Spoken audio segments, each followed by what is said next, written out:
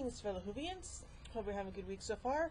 Well, we're at the halfway point so far with the Key to Time story arc, so let's look at this third part called The Stones of Blood. Tracking the third segment of the Key to Time, the Doctor, Romana, and K9 arrive in modern-day Cornwall. Cool. They meet Professor Amelia Rumford and her friend, Vivian Fay, studying the, quote, 9 Travelers, Standing Stones, in Bosco Moor. The work is disrupted by a druidic sect that worships Kaliak, or at least that's how I'm guessing it's pronounced, the druidic goddess of war and magic, led by De Vries.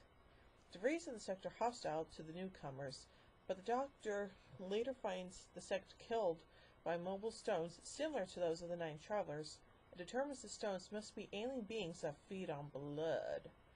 He and Amelia find evidence that suggests Vivian is older than she looks. Meanwhile, Romana catches Vivian awakening more stones with blood, and Vivian uses a device to send her to a spacecraft in hyperspace.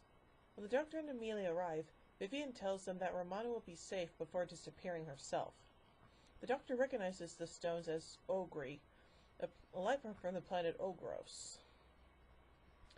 The Doctor constructs a projector to cross in hyperspace, leaving Amelia and K9 to guard it. On the spacecraft, the Doctor determines it is a prison ship, and inadvertently releases 2 floating globes called Megara that serve as justice machines. They accuse the Doctor of breaking a seal on the ship, and prepare to put him on immediate trial.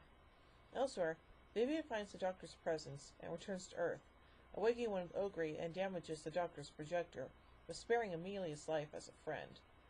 She and the Ogre return to the craft to attend the Doctor's trial. K9 guides Amelia in repairing the projector, allowing them to bring back Romana, along with an Ogre. They are pursued by the Ogre, leading them back to Vivian's cottage. There, Romana discovers an alien device that proves Vivian is not human. Dun dun dun! They lure the Ogre back to the projector, and she and the Ogre return to the spacecraft. On the ship, the Doctor learns that the Megara are seeking a criminal known as Caesar, who has stolen the Great Seal of the planet Diplos, which grants its bearing great powers. The Doctor suspects Vivian is Caesar and attempts to force the Megara to question her, but their law prevents such intervention. Okay. Having decided the Doctor's guilt, they fire an energy weapon at him, but at the last moment, the Doctor drags Vivian into the shot. The Megara immediately stop their attack and scan Vivian to see if she is unarmed, but instead discover that she is Caesar. Romana arrives with additional evidence, and the Megara pass judgment on her. They return her to Earth and transform her into a standing stone in the moor, but not before the Doctor recovers the Great Seal which she wore. The Megara return to their ship to depart to Diplos. The Doctor affirms the Great Seal is the third segment of the key, and he, Romana, and K9 thank Amelia for her assistance before they leave in the TARDIS. So, yeah, that was some pretty interesting stuff there, huh? Anyway, let's look at some production notes here. Working titles for the story included The 9 Maidens and The Stones of Time. Contrary to usual practice, the on-location recording in this story were shot on video, a decision by the director to avoid the jarring effect when cutting between film and video. This was a nod back to Tom Baker's first season as a Doctor, when the first story, Robot, and the third story, The Centauran Experiment, were recorded on videotape. The main location was the Rhyolite Stones, a megalithic site in Oxfordshire, England. An actual legend of this site states that it is impossible to count the stones. As the serial ends, the Doctor notes that the number of stones in the circle has changed, due to the removal of 3 Ogre and the addition of Caesar's imprisoned form, and suggests Professor Rumford write a monograph about it. The first episode cliffhanger called for a scene in which Caesar, disguised as a Doctor, pushed Romana off the cliff. Baker objected to the scene, as he felt it would be very upsetting to children to see the Doctor as a threat. Instead, the scene was filmed so that the viewer never sees who pushed Romana. The 50th anniversary of the program took place on November 23, 1978, 5 days after the broadcast of Episode 4. To commemorate this, Anthony Red asked David Fisher to write a new scene, expanded by Daryl Blake, featuring Romana and K9 surprising the Doctor with a cake celebrating his 751st birthday and a new identical scarf. However, Producer Graham Williams vetoed this idea as being too self-indulgent, and the scene was never shot. Aww. Blake had already ordered a cake, and this was eventually eaten by the cast and crew.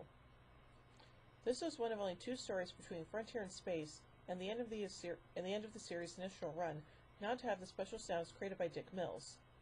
Due to Mills suffering a brief illness, Elizabeth Parker provided sound effects instead. Director Darrell Blake originally offered the role of Vivian to Honor Blackman, who declined the part as she felt Beatrix Lehman had all the best material. Blake then asked Maria Aitken, who wasn't interested. Susan Engel was finally hired for the part. An uncredited Gerald Cross provided the voice of the White Guardian. Elaine Ives Cameron later played Miss Lavish in the audio play The Stones of Venice. So overall, a pretty interesting story, and well, the fact it's got some druidic influence in there is also pretty cool too. So overall, I give The Stones of Blood 3 sonic screwdrivers out of 5.